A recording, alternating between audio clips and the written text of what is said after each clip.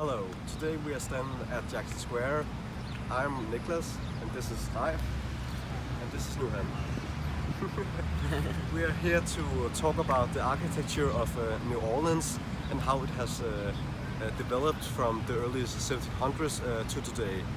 And we thought this was a good place to start, since this is the French Quarter, which is the historical center of the city as well as the cultural hub of the city. We are here at Jackson Square, quite literally in the middle of the French Quarter. And if you look behind me, we can see the cathedral, which is a Roman Catholic cathedral. And when the city was planned in the 1700s, this was to be the absolute center.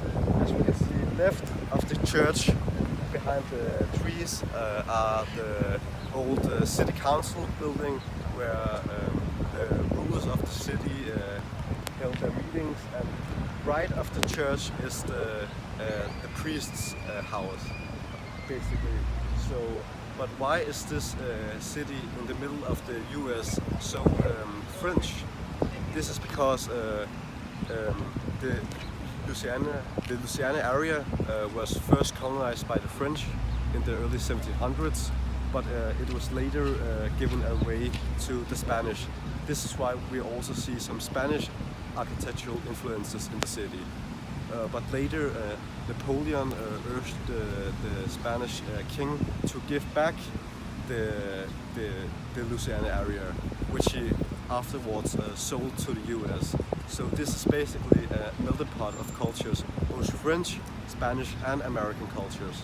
Is to look at the architecture of New Orleans and see how it has changed and developed in the last 300 years, from the early 1700s to today. And this is quite a good year to do it, because New Orleans is 300 years old this year. So we will start out in the uptown area, where we can see the high-rises and the skyscrapers, and then quietly move into the French Quarter. We're standing here at the Port of St. Charles at Shell Square. If you look behind us, you can see a big building. It's from the newer age. It's the modern architecture. This building doesn't really show the real spirit and the real culture of New Orleans. You can find these buildings everywhere, in New York, in Copenhagen, in Paris, everywhere. That's why we're going to move on to the French Quarter, so we can show you some of the oldest. We are still downtown, but moving closer to the French Quarter. The architecture is a bit different. We see iconic modern architecture, but inspired by the Greek revival. If you look at here, you see the cast iron, inspired from the Spanish culture. And also behind me, you see the Spanish culture that are influenced on the architecture in New Orleans. Hello everybody. We've moved further into the city. If you look behind me, you can see the Supreme Court of New Orleans. If we look at the building, you can see that it's still a part of the newer age architecture, but it is still inspired by the French architecture. We can see that on the ornaments and the columns at the building. Now we'll move further into the French Quarter. Let's go.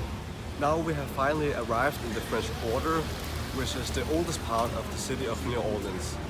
It was founded in 1718 by Jean-Baptiste de Bienville, a Frenchman, but actually the architecture is not especially French. This is because of when the French settled here, they built their houses out of tree, out of wood, and because of the climate and the humidity and the rainfall in this part of the world, the buildings were quick to rot away. So most of the architecture and the buildings that stands here today is actually Spanish or influenced by Spanish architecture. As we can see, it is the iron cars and pavilions and the plants and most of the window work. But something that is French and has stuck since the 1700s are the street names. We have street names such as Bourbon Street, which is actually not the bourbon as in the whiskey.